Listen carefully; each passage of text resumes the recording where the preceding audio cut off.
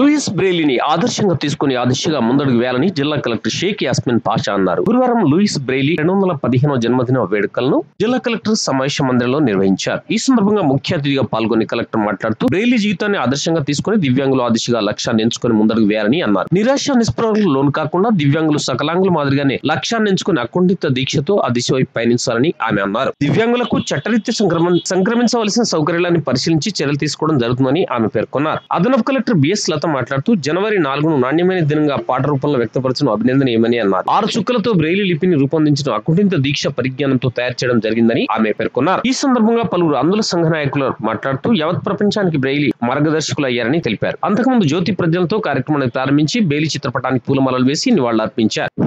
ఈ సందర్భంగా కార్యక్రమం అనంతరం పలువురు అంధులు శాల్వా మిమెంటలతో సత్కరించారు. అందులకు అనేక సమస్యలు ఉన్నాయి.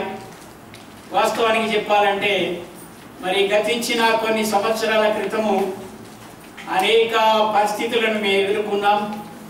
మేము ఎన్నో సమస్యలను అధికారులకు విన్నవించినప్పటికైనా మా సమస్యలు అవి గాలిలో కలిసిపోయినాయి, నీటిలో కరిగిపోయినాయి. ఎవరు కూడా మా సమస్యలు పట్టించుకోలేదు. అయితే నాకు ఒక ఆలోచన వచ్చింది. మేము గడిచినటువంటి డిసెంబర్ మాసంలో కలెక్టర్ గారు ఇక్కడ వికలాంగుల అందరినీ పోగు చేయించి ఇక్కడ మీటింగ్ పెట్టారు వారి సమస్యల గురించి. అప్పుడు నాకు అనిపించింది మేడం గారు స్పందిస్తారు, వారికి మన సమస్యలు విన్నవించుకోవాలనే ఉద్దేశంతో మరి ఆలోచన కలిగి మెమోరాండం మరి మేము తయారు చేయడం జరిగింది.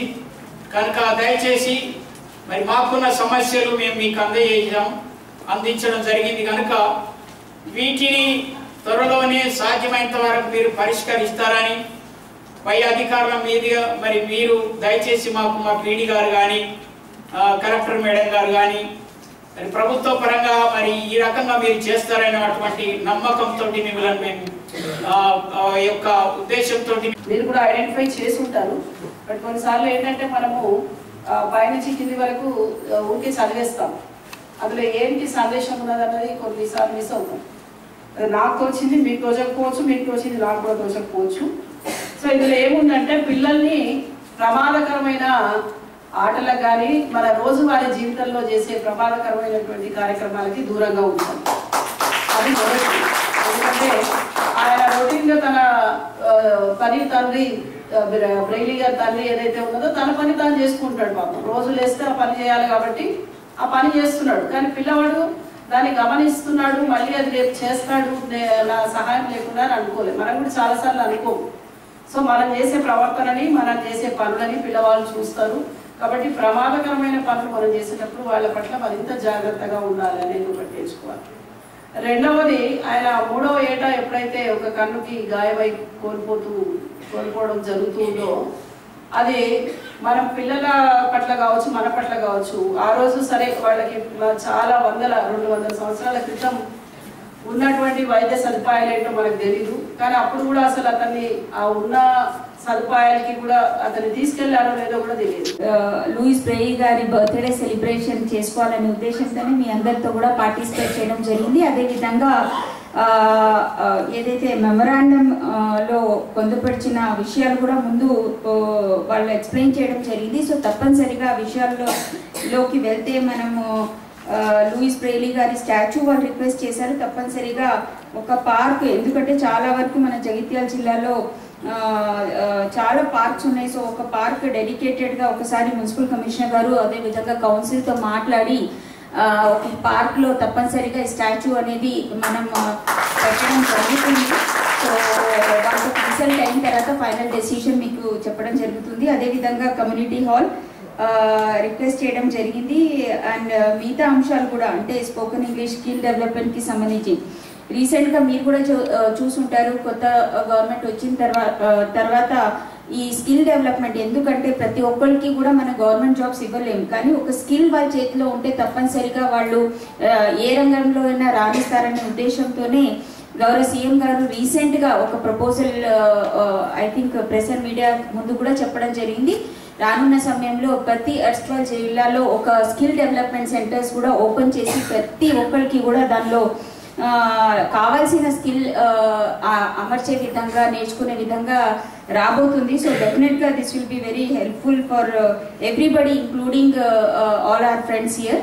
సో తప్పనిసరిగా ఆ విధంగా అదేవిధంగా సదరన్ క్యాంప్స్కి సంబంధించి కూడా మీ అందరికీ తెలుసు, ఆల్రెడీ లాస్ట్ మీటింగ్ అయిన తర్వాత అన్ని ఫెసిలిటేషన్తో సదరన్ క్యాంప్స్ అనేది మన డిస్ట్రిక్ట్ హాస్పిటల్స్లో నిర్వహించుకోవడం జరుగుతుంది. ఆ రోజు ఇచ్చిన సలహాలు సూచనల మేరకు అన్ని ఏర్పాట్లు కూడా చేయడం జరిగింది. అదేవిధంగా గవర్నమెంట్ ఏదైతే హామీలు ఇచ్చిందో దాని మేరకు రానున్న సమయంలో చాలా వరకు ఎంప్లాయ్మెంట్ అనేది కట్టడం జరుగుతుంది. సో చాలా ఎగ్జామ్స్ అనేది షెడ్యూల్ వాళ్ళు విడుదల చేయడం జరిగింది. ఆ షెడ్యూల్ మేరకు ఎగ్జామ్స్ అన్నీ కూడా పబ్లిక్ సర్వీస్ కమిషన్ ద్వారా కానివ్వండి, జిల్లా స్థాయిలో కానివ్వండి, ఆ ఎగ్జామ్స్ అన్ని కూడా కండక్ట్ చేయడం జరుగుతుంది. కాబట్టి ఎవరు కూడా, ఎందుకంటే రిజర్వేషన్ ఏదైతే మీకు ఉందో తప్పనిసరిగా రిజర్వేషన్ క్రమంగా ఎవరైతే అర్హులు ఉంటారో తప్పనిసరిగా ఎవరైతే మంచి ర్యాంక్ సాధిస్తారో మెరిట్లో తప్పనిసరిగా వాళ్ళకి ఉద్యోగాలు వచ్చే అవకాశం ఉంటుంది. కాబట్టి ఎవరైతే ఎగ్జామ్స్కి ప్రిపేర్ అవుతున్నారో నిరంతరంగా, అంటే మధ్యలో కొంతమంది డిస్కరేజ్ అయ్యారు, బట్ ఆ డిస్కరేజ్ అవ్వకుండా అదే స్ఫూర్తితో ఎవరైతే ప్రిపేర్ అవుతారో తప్పనిసరిగా వాళ్ళు మంచి మంచి జాబ్ కొట్టే అవకాశాలు ఉంటాయి. కాబట్టి నిరంతరంగా మన ప్రయత్నం ఉండాలని నా సూచన. ఏసీ గారు చాలా లూయిస్ బ్రెయిలీ గారి లైఫ్ హిస్టరీ మనం చూసుకుంటే చాలా చక్కగా మనం నేర్చుకోవాల్సింది ఏమేమి ఉన్నాయి అనేది చెప్పడం జరిగింది. అయితే ముఖ్యంగా నేను అనుకుంది దురదృష్టం వారు కళ్ళని కోల్పోవడం జరిగింది, కానీ అది అదృష్టమో దురదృష్టమో తెలియదు, కానీ వారు చూపు కోల్పోయారు కాబట్టి ఈరోజు బ్రెయిలీ అనేది మన అందరికీ అందుబాటులో వచ్చింది అనేది. అంటే ప్రతి ఒక్కళ్ళు మనిషి జీవితం అనేది దేవుడు నిర్ణయిస్తాడు, యూనో ప్రతి జీవితానికి ఒక లక్ష్యం అనేది అందుకోసమే ఈరోజు మనం లూయిస్ బ్రెయిలీ గారిని గుర్తు చేసుకోవడం జరుగుతుంది. ముందు ఉండే స్క్రిప్ట్ ఏదైతే which was used by soldiers and all, ఒక కోడ్ భాషని వాడేవాళ్ళు. సో దాన్ని సులభం చేసి ఈరోజు ఇంతమంది చదువుకొని ఇన్ని ఉద్యోగాలు సంపాదిస్తూ ఒక లైఫ్ అనేది వాళ్ళు ఇల్లిటరేట్స్గా ఉండిపోకూడదు ఈరోజు అని ఆ లాంగ్వేజ్ అనేది ఈ రోజు వరకు, అది కూడా అతి చిన్న వయసులో. సో వారు పాట వింటే మనకి అర్థమవుతుంది, మనకి కళ్ళు లేకపోయినా మన చెవులు మన చేతులే మనకి చూస్తాయి అనేది. సో అదే విషయంలో మన లూయిస్ బ్రెయిలీ గారి జీవితం కూడా నేర్పిస్తుంది. సో వాళ్ళు చిన్న వయసులోనే కళ్ళు పోయినా కూడా ఎక్కడ కూడా నిరాశ పడకుండా ముందుకు సాగడం జరిగింది. అతి చిన్న లైఫ్ స్పాన్ అనేది మనం చూసుకుంటే చాలా చిన్న లైఫ్ స్పాన్, కానీ వాళ్ళు జీవించిన రోజులు ఈ రోజు వరకు కూడా 215 సంవత్సరాల తర్వాత కూడా ఈ కాలంలో అయితే చచ్చిపోయిన ఒక సంవత్సరానికి అందరినీ మర్చిపోతాం. ఈరోజు 215 సంవత్సరాల తర్వాత కూడా వాళ్ళని గుర్తు చేసుకుంటున్నామంటే వాళ్ళ కాంట్రిబ్యూషన్ ఎంత ఉంది ఒక హ్యూమన్ బీయింగ్ సొసైటీకి అనేది, అది చాలా గొప్పది అని నేను భావిస్తున్నాను. రిజర్వేషన్ ఏదైతే ఉందో తప్పనిసరిగా యూటిలైజ్ చేసేటట్టు చూసుకోండి, ఎక్కడ కూడా నిరాశ పడాల్సిన అవసరం లేదు. ఫర్ ఎగ్జాంపుల్ ఎగ్జామ్స్లో కూడా మీకు స్క్రైబ్స్ అనేది ఉంటారు.